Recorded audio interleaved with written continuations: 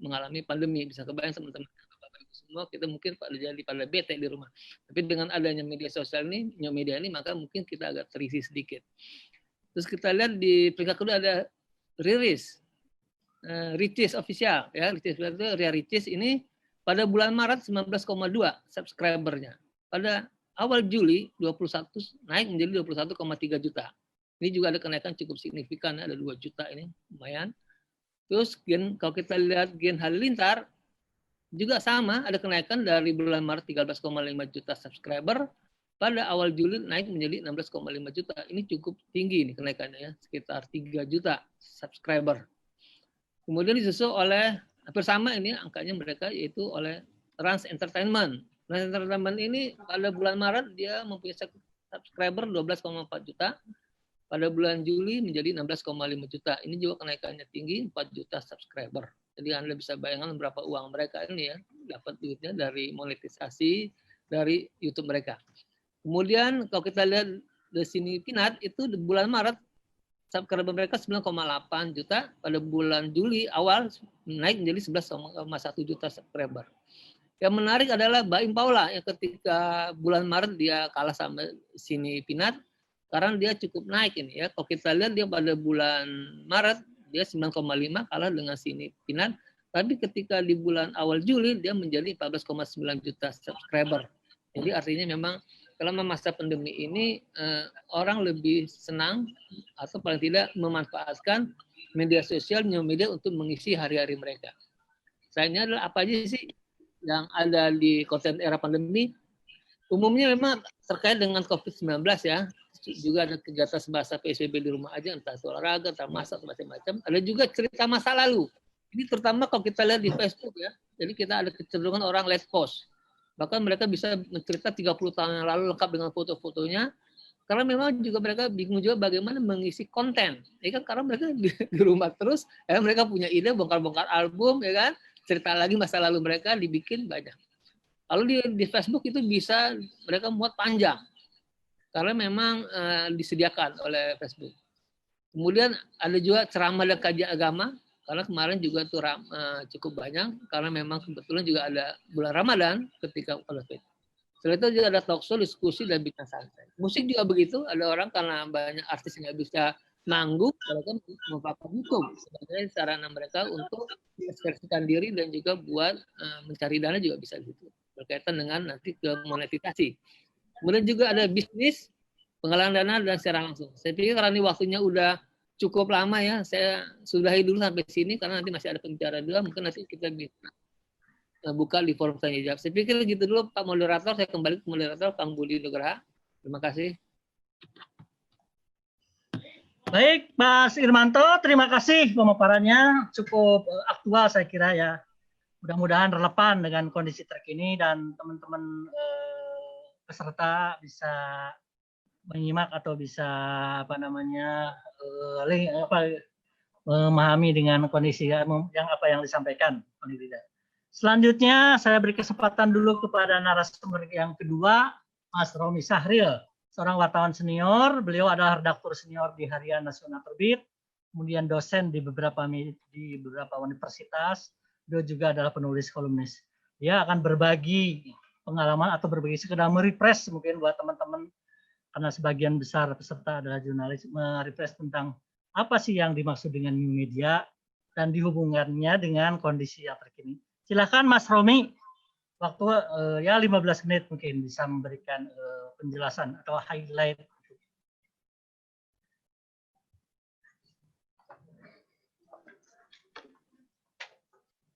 Mas Romi.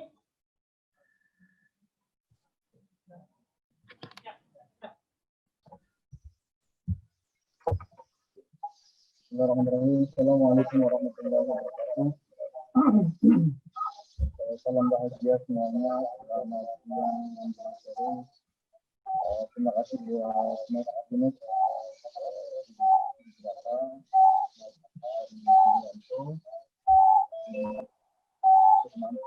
para senior saya semua, juga para peserta yang kami hormati semuanya. Saya juga ada senior saya, Bang Jul Farajal. Salam Bang. Terus juga ada beberapa yang biasanya juga para peserta dari para milenial. Semoga kita semua dalam sehat selalu dan bisa menjalankan aktivitas kita sesuai dengan yang kita inginkan.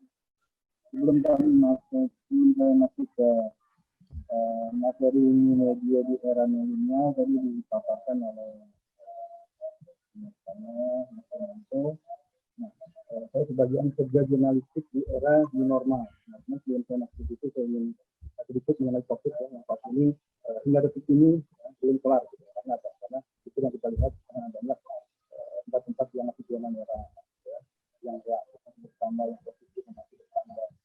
Sehingga ini mempengaruhi semua aspek kehidupan, ekonomi, politik, karena semuanya juga termasuk kerja jurnalistik. Karena kita mengangkat tema ini bagaimana kita menyikapi kerja jurnalistik di era normal. Tapi sebelum masuk ke situ, saya coba ingin kita review karena saya itu mendapat 4 poin bagaimana kita menyikapi di era kerja jurnalistik di era new normal. Saya mengutip dari ceramahnya sahabat saya, ada namanya dia entrepreneur juga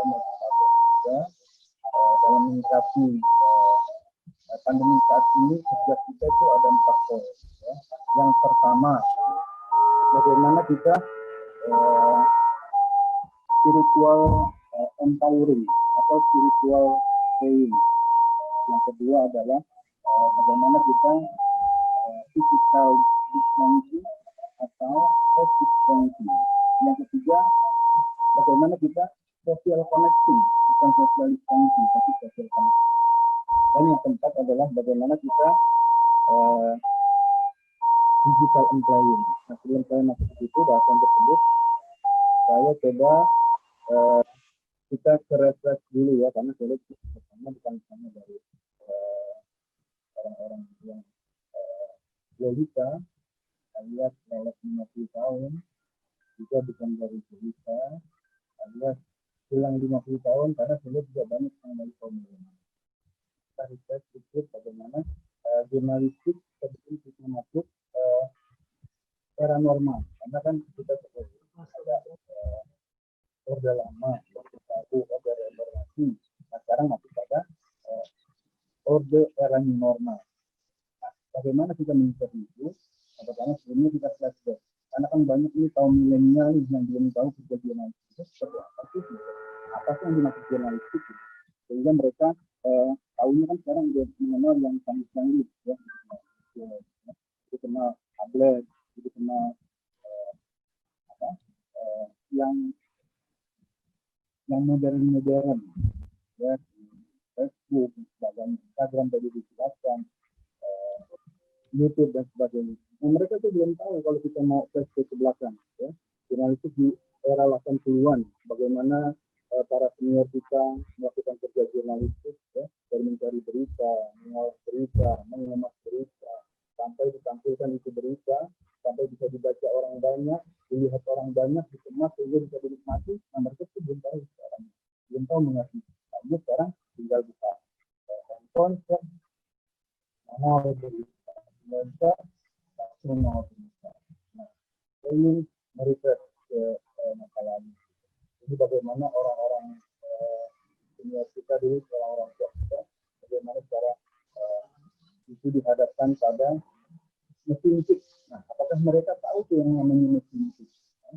Mesin yang bisa ngetik kalau salah nggak bisa diaktif, nggak bisa di-delete, tapi harus ulang lagi. Ya. Belum ketemu kalau seorang reporter nih mau menyerahkan tulisannya kepada redaktur, ya, apakah itu diterima atau enggak? Kalau diterima, alhamdulillah. Kalau nggak diterima, mereka harus ngetik ulang. Itu kan harusnya antri, ya. Karena mesin chip setiap perusahaan itu ada yang punya satu, dua, ada yang satu harus nanti 8 orang dan seterusnya. Jangan ada sih saya belum pernah ngalamin gitu. Saya ngalaminnya di apa saja. Nah, itu bagi yang milenial. Setelah itu kita masuk ke era 90-an. Nah, itu udah mulai tuh perangkat pendukung seperti itu. Ada yang namanya pager, bagaimana kita berkomunikasi dengan narasumber atau berkomunikasi di redaksi. Nah itu mengandalkan pager. Pager pun itu satu arah, jadi ketika nyuri masukan nggak bisa kita call balik atau kita bisa mengembalikan. Nah, pager bentuknya seperti apa? Nah, apakah tahu anak-anak milenial sekarang pager penggunaannya untuk menghubungkan dengan narasumber? Apakah ketika itu perlu dengan handphone? Belum ada handphone, yang ada telepon umum, telepon rumah. Oh iya, telepon harus nanti coba untuk ini dengan narasumber. Nah itu yang sedikit saya ingin flashback. Nah, masuk di 2000 baru itu ada namanya handphone, dan sehingga memudahkan kerja jurnalistik, memudahkan kita untuk berkoordinasi dengan di redaksi, reporter dengan redaktur, redaktur dengan reper, reper dengan kamerat dan seterusnya. Kita memudahkan kita untuk berkomunikasi dengan narasumber kita, sehingga apa yang kita inginkan bisa mudah. Nah, baru tuh masuk jelang awal 2000, tahun 2000, masuklah era di mana itu ketika itu baru ada cuman media cetak dan media elektronik. Ketika yang media cetak baru didominasi oleh koran, sehingga koran dan televisi dan radio. Nah, masuk di awal 2000 baru masuk media online. Nah, di media online itu baru kita lihat fase tadi saya sedikit bicara mengenai namanya filmnya kolonial milenial, sekedar refreshing aja, sekedar refresh melihat ke belakang bagaimana pola kerja para senior kita yang dulu menjadi wartawan berhadapan dengan yang namanya mesin itu, bukan dengan komputer, bukan dengan laptop, bukan dengan tablet, sehingga perjuangan itu begitu berat. Nah, kalau sekarang era sekarang lebih mudah, tapi sebenarnya kerja jurnalistik itu tidak luput dari kode etik jurnalistik. Ya, bagaimana kita harus bekerja itu berlandaskan kode etik jurnalistik. Juga ada pakem penulisan mau atau yang bisa juga dengan saja. Nah, ini itu berbeda nanti dengan era new normal. Nah, itulah sedikit mengenai gambaran mengenai kerja jurnalistik from kolonial di milenial. Nah, sekarang di masa pandemi ini yang kita khawatirkan adalah kan kesehatan. Ya. Orang sekarang khawatir kalau melihat ketemu dengan orang saling curiga. Kalau menangis sekarang tidak berani. Karena apa? Kalau nggak mereka yang menularkan atau kita yang menularkan. Nggak heran, makanya kan rapid sekarang begitu banyak di mana-mana. Nah, inilah yang menjadi konsen kita, bagaimana kita bisa hati-hati dalam menjalankan kerja jurnalistik. Untuk itu kan nggak semua perusahaan media itu menyiapkan standar protokol kesehatan. Harusnya kan memang setiap penerbitan itu perusahaan kan itu menyiapkan dia standar protokol kesehatan. Masker, masker. Tujuannya untuk apa? Untuk menghindari kontak, untuk menghindari mencegah COVID itu menular. Terima kasih, Mas Didi.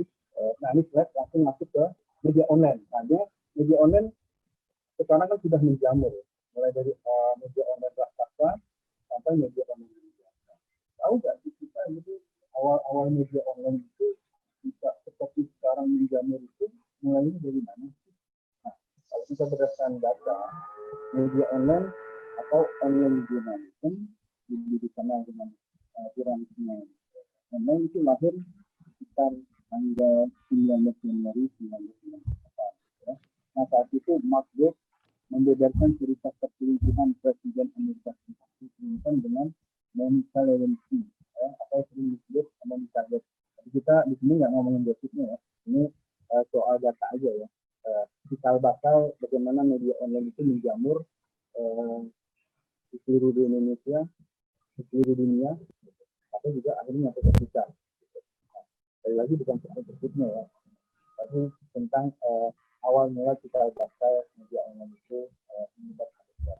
Nah, berita tersebut ditulis oleh Mark di website pribadinya, ya, terus report setelah majalah Newsweek dikabarkan menolak untuk memuat kisah skandal yang merupakan hasil investigasi dari media TikTok. Nah, ketika itu langsung itu dipublikasikan dan itu mulai ramai karena apa? Ini kan masuk menyebar tentang money melalui media internet. Nah, pada 95 setelah sekian dan lebih 20 negara menerbitkan isi publikasinya. Nanti final. Sekarang makanya tidak heran banyak media-media online yang besar, yang raksasa, sampai yang biasa kita lihat saat ini itu ada di dunia. Bagaimana sih sekarang menyikapi cara kerja media online, media televisi, media cetak? Sedikit soal media online. Kalau media online kan dia praktis ya, nulis cepat, kirim link jadi bisa dilihat. Terus bisa dikerjakan kapan saja, di rumah kah, ya, mau di kantor, mau di kafe, tinggal bikin berita, upload, terus di share linknya bisa kita nikmati. Nah, kalau ini media cetak yang saat ini memang resikonya ketika pandemi itu dia harus memutar otak. Karena apa? Karena otak itu mempengaruhi karena ketika itu orang lebih banyak di rumah sehingga otak itu sangat berkurang. Nah, bagaimana menyiasatinya di masa pandemi ini? Banyak media cetak yang tadinya terbit berkala 7 hari dari Senin sampai Ahad sampai Minggu, coba untuk menyiasati strategi supaya tetap terbit, ada yang menerbitkan sampai Sabtu, bahkan ada yang sampai memilih Jumat, Sabtu, pekan Sabtu dan Minggu dia nggak memilih terbit, karena apa? Untuk menyiasati, karena kalaupun itu terbit, ya, koran terbit, itu yang mau beli siapa? Karena orang yang banyak di rumah. Nah, ini yang dia siasati ya, untuk supaya tetap bertahan tetap. Nah, media TV pun gitu, ya, elektronik sekarang kita lihat, kalau kita dengar ya ada pembentukan media. Jadi sekarang yang tadinya itu satu tim itu 3 orang dari kameramen, reporter dan driver, sekarang cukup 1 orang. Jadi 1 orang bisa jadi berfungsi sebagai kameramen, dia bisa menjabat sebagai reporter, bahkan dia bisa berfungsi sebagai kalau nggak editor, yang menulis, kalau nggak dia scriptwriter. Nah, ini yang diminimalisir oleh pihak perusahaan. Sehingga tidak heran banyak yang pengaruh COVID ini bukan hanya pengaruh pada bidang ekonomi, tapi juga di bidang jurnalistik yang sangat mempengaruhi. Tidak heran kita dengar gitu kalangan pengurangan karyawan. Karena apa? Karena menyiasati masalah pandemi COVID ini. Nah, masuk ke slide berikutnya, Mas Budi. Nah, ini intinya bagaimana menghadapi new normal, ya, kerja di era new normal. Tadi saya terlewat, sebenarnya new normal itu tergantung paradigma dari kita masing-masing. New normal, normal baru. Kita mau melihatnya dari sudut pandang mana? Apakah kita melihat dari positivisme, paradigma positivisme, atau paradigma kritis? Gitu.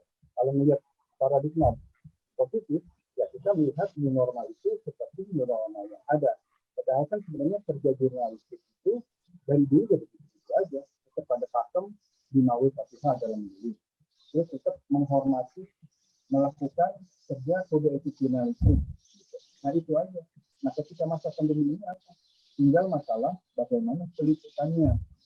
Yang biasanya mereka melakukan peliputan di lapangan atau liputan tatap wajah, tapi sekarang memanfaatkan teknologi kayak Zoom, Hangout, Google Meet, dan seterusnya.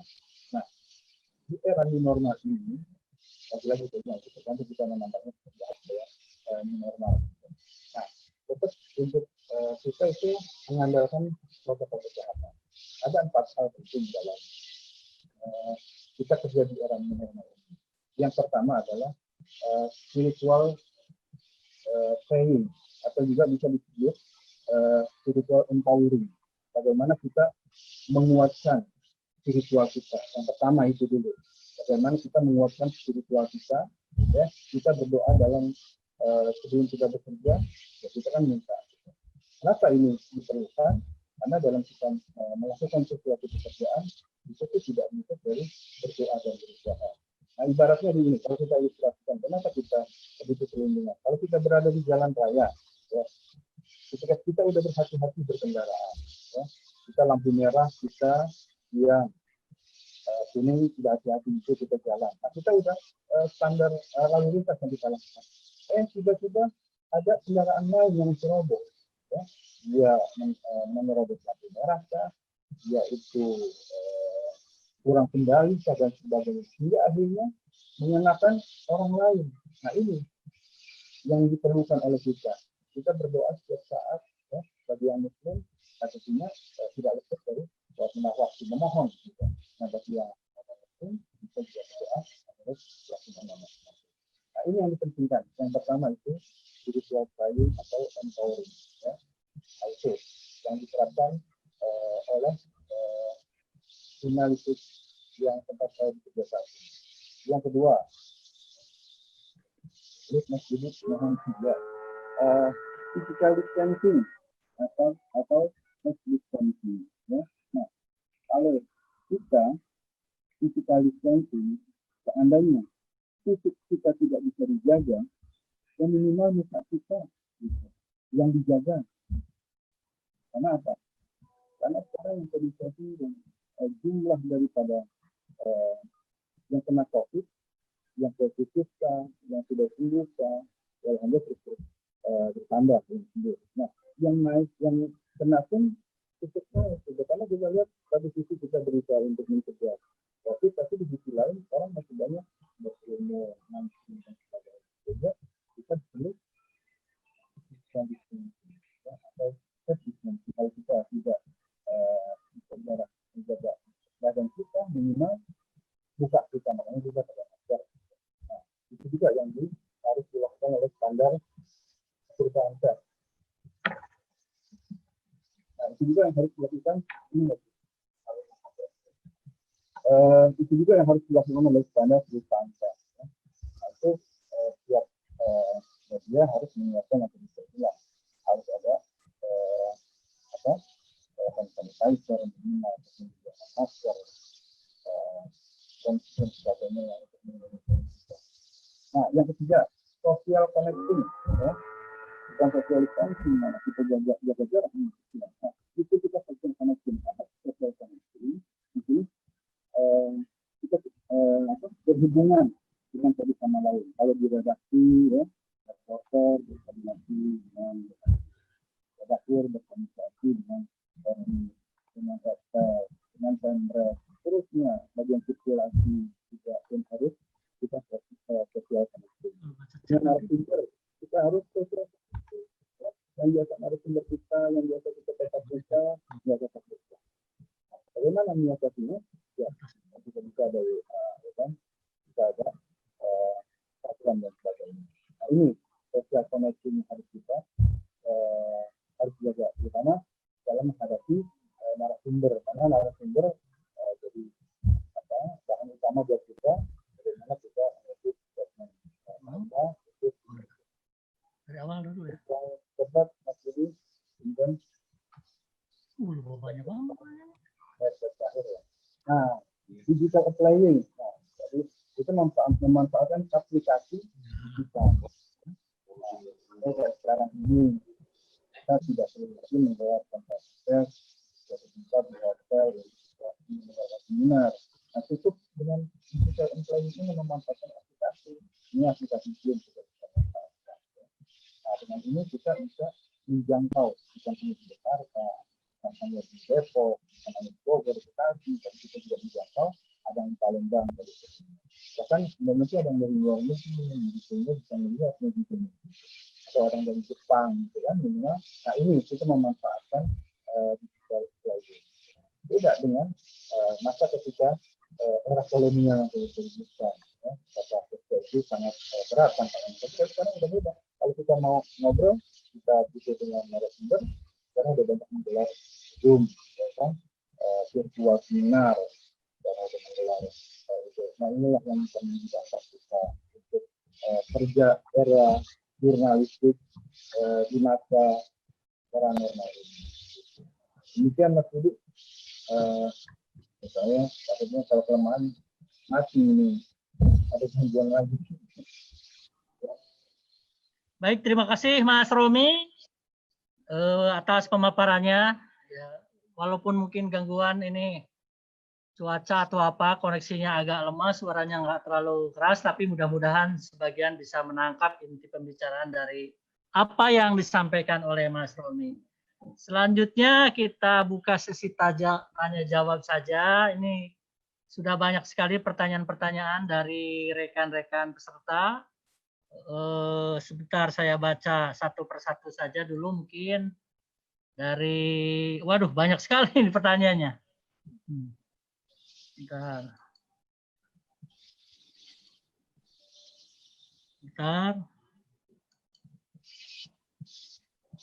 Nah, pertanyaan pertama nih dari Pak Julkarnain Alpisahrin. Saya sebetulnya kenal namanya nih dulu, guru saya juga di media. Mungkin siapa terserah, mau Mas Romi duluan atau Mas Irmanto duluan. Pertanyaan pertama tadi mungkin ke Pak Irmanto. Ya, dari Pak Julkarnain Alpisahrin. Pertanyaan adalah, mengapa di dunia lebih banyak pengguna perempuan untuk Facebook dan Instagram, sedangkan di Indonesia lebih banyak pengguna kaum pria? Mungkin Mas Irmanto langsung aja jawab dulu satu persatu, santai aja. Nanti juga Mas Romi kalau mau jawab silakan. Mas Irmanto silakan. Oke, terima kasih. Ini pertanyaan ini memang menarik ya. Mungkin kalau di dunia itu, kalau kita mau joknya, malah kan yang namanya perempuan itu kan senang ngomong ya, kan lebih banyak senang ketimbang kita anak laki. Tetapi ini memang nggak mesti begitu. Pertama kalau kita kaitkan dengan Instagram, kalau Instagram di Indonesia justru banyak yang banyak itu malah perempuan, sementara kalau yang di Facebook malah laki-laki. Cuma kalau di dunia itu yang banyak adalah perempuan. Kalau saya sih menganalisanya sangat sederhana saja. Barangkali di Facebook ini kenapa lebih banyak anak laki, karena di Facebook ini orang lebih bisa mengungkapkan pikiran, pendapatnya maupun gambar maupun videonya lebih banyak. Katakanlah untuk percakapan-percakapan atau katakan tulisan-tulisan lebih panjang, anak laki mungkin lebih senang ke Facebook, karena di Facebook ini bisa memuat sekitar 63.000 karakter, ya kan? Tetapi ini fenomena Facebook lebih banyak karena mungkin karena Facebook ini lebih awal muncul. Ketika awal muncul maka yang banyak menggunakan Facebook adalah laki-laki. Tapi kalau kita lihat di Instagram, di sini memang agak berbeda. Kalau di Instagram di Indonesia itu lebih banyak anak perempuan karena di Instagram memang lebih mengutamakan foto. Nah, kalau yang namanya narsis itu kemungkinan lebih besar adalah teman-teman kita yang dari jenis kelamin perempuan. Nah, kayak anak laki kurang begitu, tapi emang ini cuma beda tipis ya, beda tipis antara sekitar nggak sampai 10%, cuma sekitar 2-5% saja. Jadi sebenarnya ini akan terus bisa berkejaran. Mungkin ke depan bisa jadi nanti nanti di Facebook nanti yang naik adalah perempuan, bisa jadi. Tapi kalau memang kecenderungan penggunaan Facebook menurun, maka dia larinya ke Instagram, maka akan banyak yang menggunakan adalah pihak perempuan. Begitu juga dengan di YouTube. Kalau di YouTube sampai sekarang belum ada datanya mana yang lebih banyak. Tapi kalau kita lihat fenomena di YouTube ini atau di YouTube ini adalah yang paling banyak memang yang terkenal adalah YouTuber lelaki ya. Kalau kita lihat dari jumlah tadi subscriber itu umumnya adalah anak laki-laki. Nah, mungkin karena di sini adalah berbicara mengenai konten kalau di YouTube ya. Bagaimana dia bisa meng-create konten yang menarik ya, sehingga akan mengundang banyak subscriber. Lagi pula kalau di YouTube itu orang buat semacam diskusi talk show. Nah, biasanya yang senang talk show yang itu yang berkaitan dengan pemikiran itu lebih banyak, kemungkinan lebih banyak adalah anak laki-laki. Kalau kita lihat kemunculan YouTuber baru sini juga kebanyakan adalah anak laki. Kita lihat katakanlah Sandiaga Uno, ya kan selama pandemi ini dia muncul. Itu langsung subscriber sampai sekarang udah sampai 300.000. Terus kita lihat lagi ada Helmi Yahya, ya kan? Dia juga pas di bulan di masa pandemi ini dia juga bikin YouTube, kan? Itu juga langsung naik jumlahnya. Saya tidak melihat ada public figure yang bikin YouTube langsung naik ininya subscribernya. Begitu juga dengan Refli Harun, dia juga bikin juga itu kan. Jadi mungkin nanti ke depan mungkin yang Instagram mungkin akan lebih banyak nanti, terus mungkin teman-teman dari jenis kelamin perempuan, tapi di YouTube saya sih berpikir ini akan tetap leading sektor jenis kelamin laki-laki. Nah, nanti kita bisa lihat nanti mungkin setahun atau 2 tahun ke depan bagaimana ini perbandingan ini akan terus berkejaran, apakah tetap perempuan leading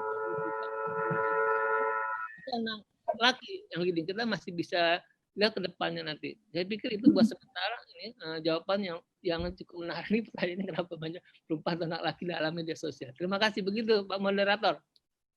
Baik, Mas Jo, mungkin tadi sudah dijawab dari Mas Irmanto. Mas Romi mau nambahin atau untuk jawaban itu ada tambahan? Baik. Ini buat senior saya nih,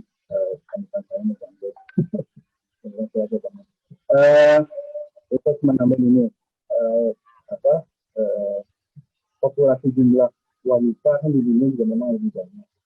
Yang pertama. Yang kedua,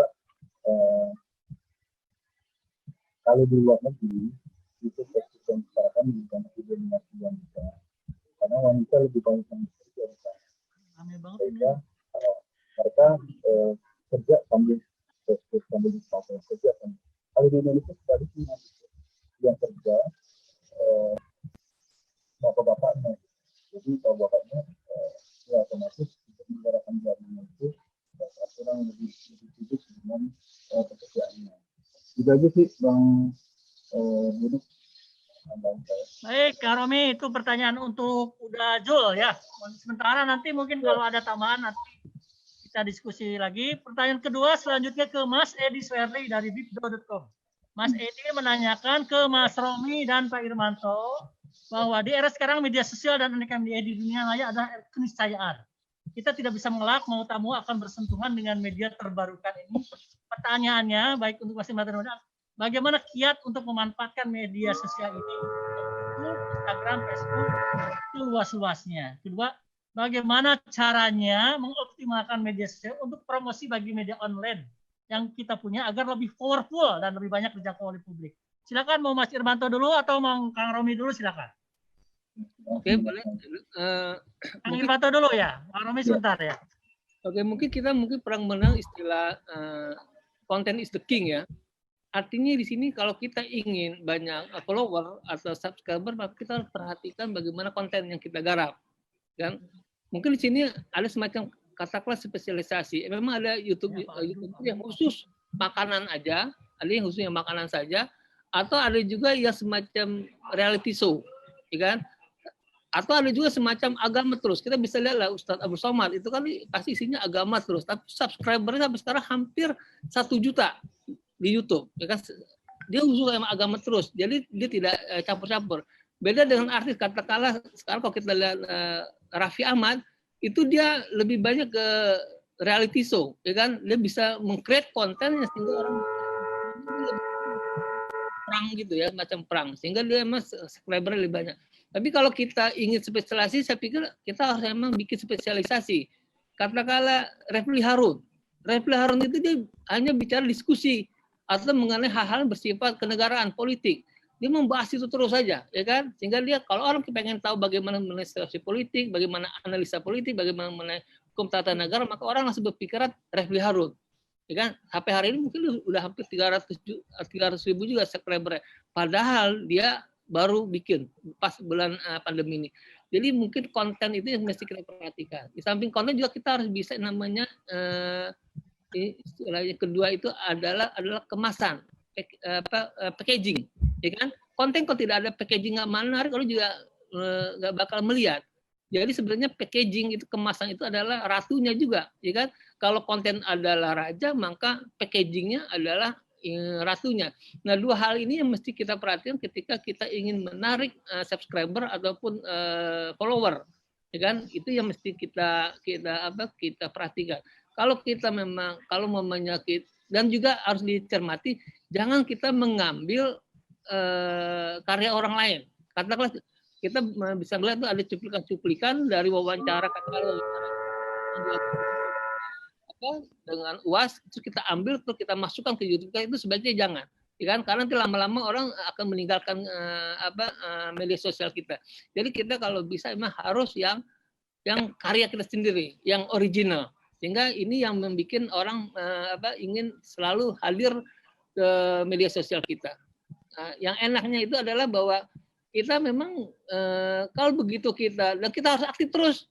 Katakanlah sehari itu bisa bikin 3 konten, ya kan? Bisa bikin 3 konten sehingga itu akan terus bergulir. Karena nanti akan ada kaitannya dengan monetisasi dari media sosial kita, terutama di YouTube ya. Di YouTube itu kalau kita bisa dengan viewers sekitar 1.000 orang, tentunya ada persyaratan, yaitu katakanlah kita harus punya subscriber minimal 1.000, kita juga harus punya jam tayang itu sekitar 4.000 jam. Kalau kita sudah memenuhi persyarat itu, maka kita akan bisa memonetize media sosial kita. Kalau kita minimal punya 1.000 viewer, itu kita udah dapat sekitar 0,3 sampai 0,8 dolar, ya kan? Atau kata sekitar 7.000 sampai 10.000. Kebayangkan kalau selama sebulan kita bisa menggait katakanlah viewer sekitar 1 juta aja, bisa kebayangkan. Itu kita udah bisa dapat sekitar berapa? Kita melihat katakanlah artis-artis itu seperti kayak Raffi Ahmad, itu dia bisa minimal sebulan itu bisa sekitar dapat 5 miliar dari YouTube-nya. Memang ini keuntungannya orang terkenal memang di situ ya. Tetapi orang-orang tidak terkenal pun juga bisa kita bisa kita create, tapi memang kembali lagi ke konten dan packaging-nya. Sama juga nanti mungkin pendistribusiannya. Kalau kita tidak mampu juga dalam mendistribusikan media sosial kita, ini juga agak membuat kita tersendat dari follower dan subscriber. Saya pikir itu buat sementara mungkin bisa ditambah sama Ustadz Romli ini sama teman saya. Benar begitu, Pak Moderator. Kan Mas Romi mungkin mau nambahin pertanyaan Mas Edi Sugari tadi. Pertanyaan sama soalnya ditanyakan juga oleh Mas Tomo dari majalah Air Magazine. Silakan Mas Romi. Mas Romi silakan. Tadi dijawab sama saya menambahkan bagaimana kita harus punya packaging yang beda. Contohnya kan sekarang orang lebih banyak pandemi COVID kan bulangan itu banyak di rumah 8 bulan. Jadi orang bagaimana bisa berrelasi, terus bisa dinikmati oleh diri dan keluarga orang lain dengan menciptakan sesuatu yang baru. Contoh yang lagi ramai itu pernah kan hidroponik, bagaimana bikin angkung, kebayang gitu kan. Nah itu banyak dilihat orang gitu. Nah itu yang packaging yang beda gitu. Nah, kalau kita punya akses di situ, saya rasa media sosial yang kita harapkan itu bisa berjalan dengan baik gitu.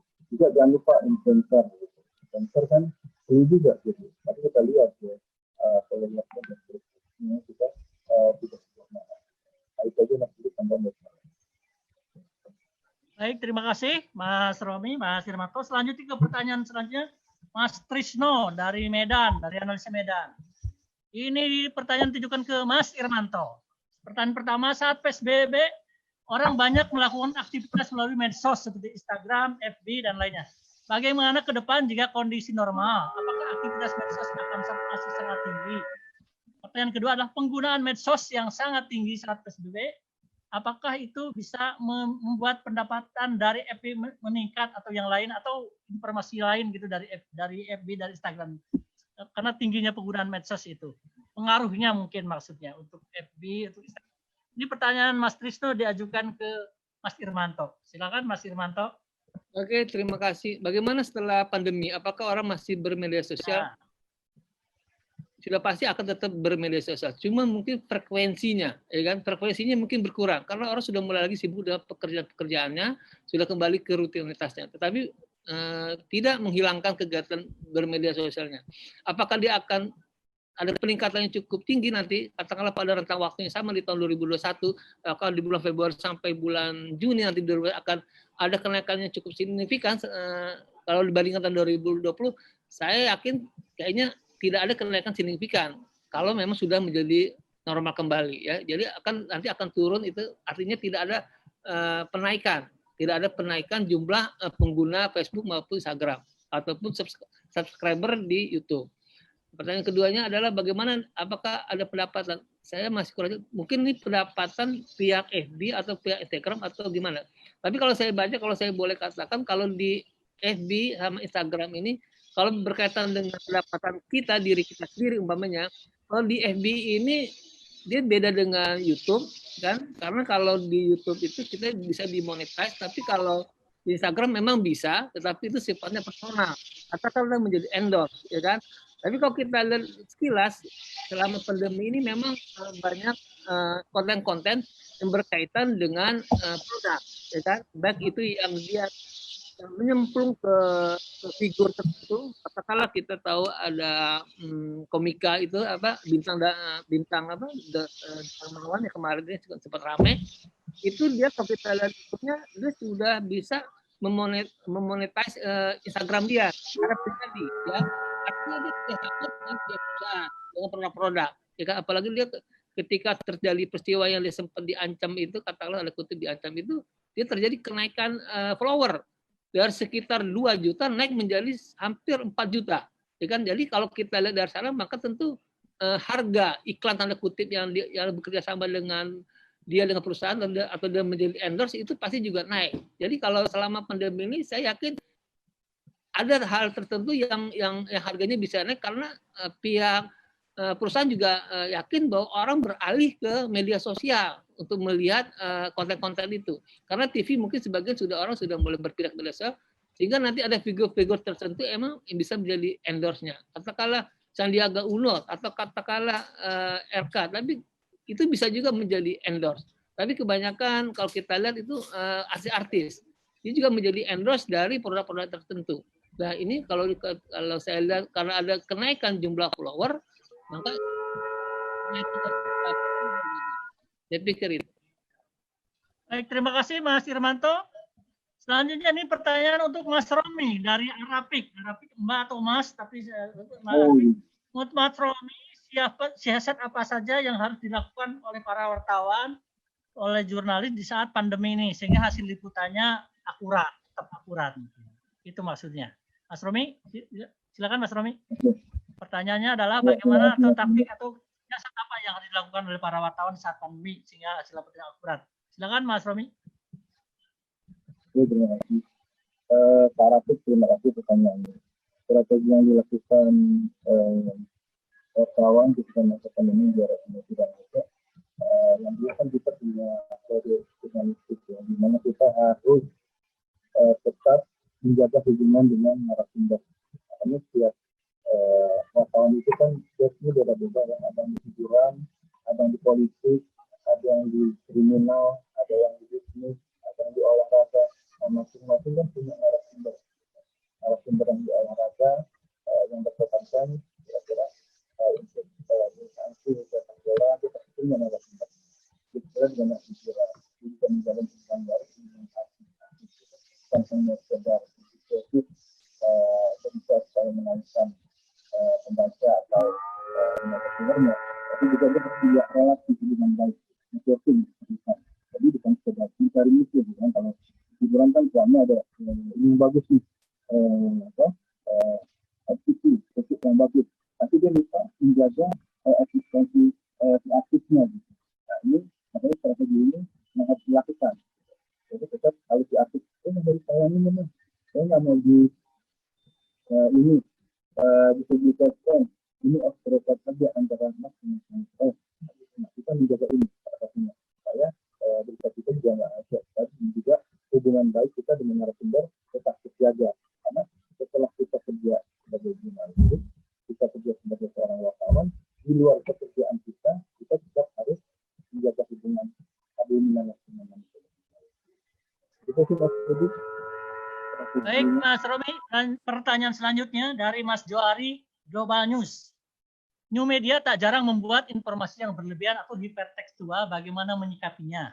Karena dengan penyebaran secara massal dan masif, bila tidak disikapi dengan bijaksana, membuat kita terpapar informasi yang tidak dibutuhkan, bahkan bisa saja informasi itu mengarah ke hal negatif. Ini untuk Mas Irmanto. Silakan Mas Irmanto. Sebelum dijawab, ini ada 5 penanya terbaik nanti untuk mendapat door prize atau cenderamata dari panitia. Terima kasih Mas Irmanto, silakan.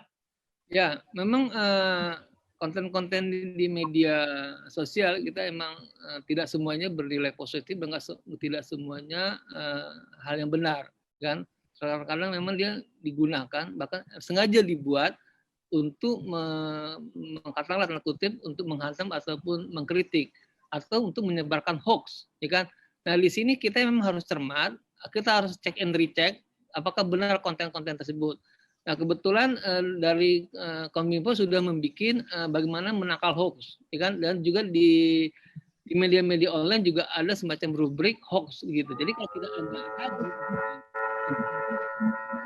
kita bisa cek di Kominfo, kita bisa cek di media resmi, media online, ya kan?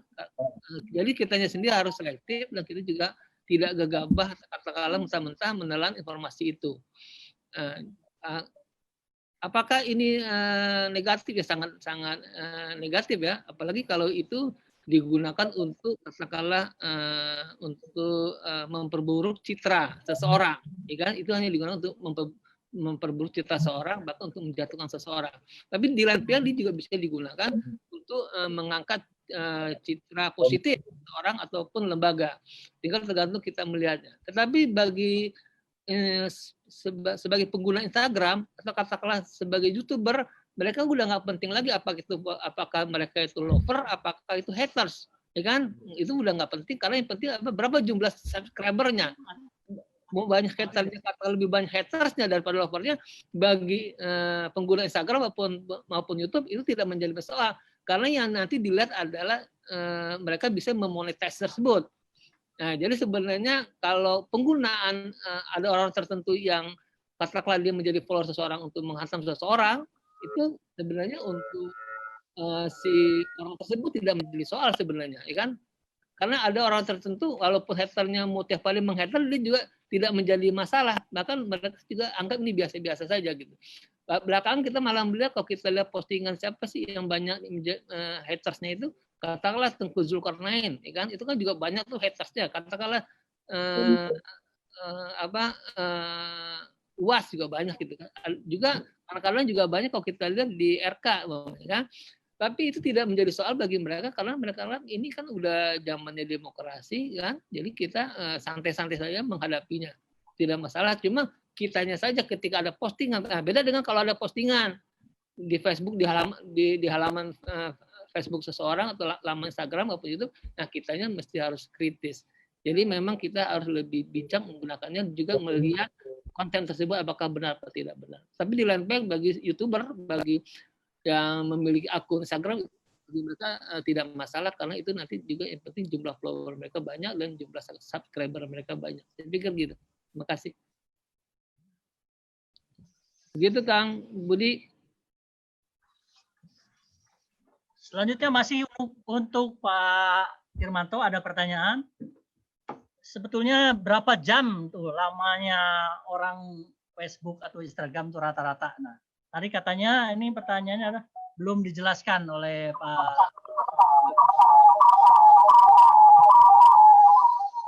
Oke, baik. Dari Yuda ya. Oke, itu rata-rata. Dari Mas Yuda. Ya, dari Yuda atau dari Mbak Yuda dan Mas Yuda. Silakan. Ya. Oke, terima kasih. Kalau kita mau lihat selama pandemi itu mungkin ada mungkin yang melihat yang namanya handphone itu tidak pernah lepas dari tangan kita, ya kan? Hanya saja mungkin kalau kita seberapa intens mereka mengisi konten, nah ini beda lagi. Apakah dia sebagai pengisi konten, apakah dia sebagai pengamat Facebook atau Instagram? Dia hanya membaca postingan-postingan orang, ya kan? Kalau kita mulai, kalau dia sebagai akun, dia mungkin mengisinya itu bisa jadi hari bisa aja bisa 2-3 konten dia posting kan, gitu dengan YouTube. Jadi sebenarnya umumnya rata-rata berdasarkan penelitian itu rata-rata sekitar 3-5 jam orang melihat media sosial. Itu rata-rata segitu 3 sampai 5 jam. Dan biasanya paling banyak kalau di sore hari, ya kan orang banyak melihat sore dan di pagi hari. Nah, ini menurut penelitian. Saya pikir itu buat sementara. Oh iya, selama pandemi itu meramaikan berita sebanyak pengirim berita ke Pak itu ya, ke Pak Romli. Oke gitu Kang Budi. Ya. Baik, silakan. Mas Romi, apa mau menambahkan pertanyaan barusan mungkin sekalian atau? Oke. Masih dari Puji Andreas. Untuk Mas Romi ini, dengan new media itu bagaimana nasib media konvensional koran dan majalah? Bagaimana kira-kira apakah masih mampu bertahan sampai berapa tahun? Kira-kira gitu. Silakan Mas Romi, khusus untuk Mas Romi. Ya, terima kasih. Kalau untuk bertahan sampai berapa tahunnya, ya kalau kami optimis, media cetak itu bisa bertahan sampai dunia ini tiada. Karena apa? Karena keyakinan kami memiliki khusus. Makanya media-media cetak yang masih punya berbeda dengan media yang lain, insya Allah masih bisa bertahan. Biasanya saya sekarang nih, Harian Terbit, ini posisinya sebagai media yang terbit siang hari. Sebelumnya ada 2 media yang lain yang terbitnya siang, kami sudah ada, satu berpindah ke pagi. Nah, Harian Terbit, alhamdulillah masih bisa bertahan karena punya pangsa hidup, sehingga kami yakin bisa bertahan sampai 10-12 tahun depan.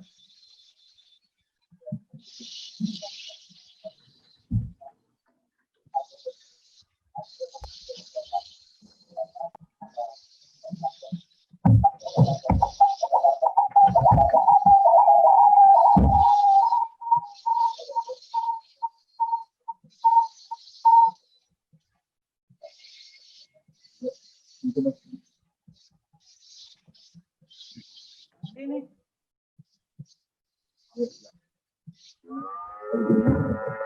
Baik, Mas Romi. Tadi kurang jelas, mungkin bisa diulang sedikit lagi, ini agak terganggu nih. Oh iya, terima kasih. Ada pertanyaan soal media cetak masih bisa bertahan. Kalau kami yakin, insya Allah masih bisa bertahan di tengah gempuran media online, sosial media dan sebagainya. Karena media cetak yang masih punya khusus, dia punya kemampuan khusus, pemberitaan yang khusus, insya Allah masih bisa bertahan. Yang dicontoh tempat saya, Harian Terbit, dia satu-satunya media cetak yang masih bertahan karena terbitnya siang hari berkala. Sebelumnya kan ada 3 tuh yang bertahan terbit dan media yang lain. Nah, media yang lainnya satu pindah ke pagi hari, yang satu lagi tutup. Nah, hasil kami memberitakan sesuatu yang berbeda dengan masalah-masalah politik yang lebih kepada menengah ke bawah, sehingga ini bisa bertahan sampai saat ini. Ya, insya Allah 20 tahun sudah mudah-mudahan Terima kasih Mas Romi. Pertanyaan barusan juga menjawab pertanyaannya Mas Paujan yang pertanyaan kira-kira sama. Mas Nixon, kemudian satu lagi dari Mas Johari. Mungkin Mas Irmanto mau menambahkan sedikit, karena ini pertanyaannya mirip ditanyakan oleh 5 orang. Silakan Mas Irmanto. Intinya adalah bagaimana apakah setelah pandemi ini media cetak akan ditinggalkan atau berkurang konsumennya dan beralih ke media online? Itu kira-kira. Silakan Mas Irmanto. Karena ini pertanyaan ditanyakan oleh 5-6 orang. Peserta, silakan Mas Irmanto. Oke, kalau kita lihat tren belakang ini, maka banyak media cetak yang sudah mulai gulung tikar ya. Jadi memang orang masuk di koran karena apa? Pertama juga beritanya tidak update, dan ya kan mungkin akan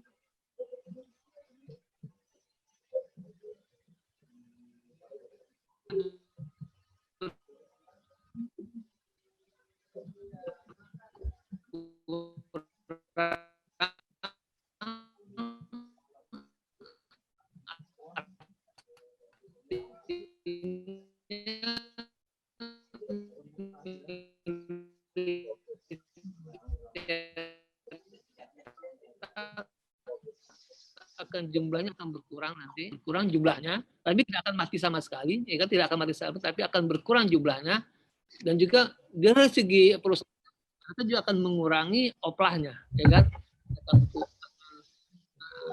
mengurangi.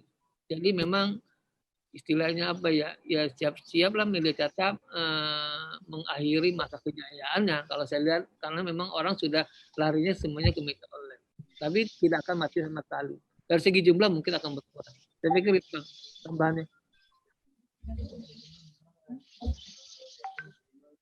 Baik, selanjutnya pertanyaan dari Mas Rocky Mardiansah, SH.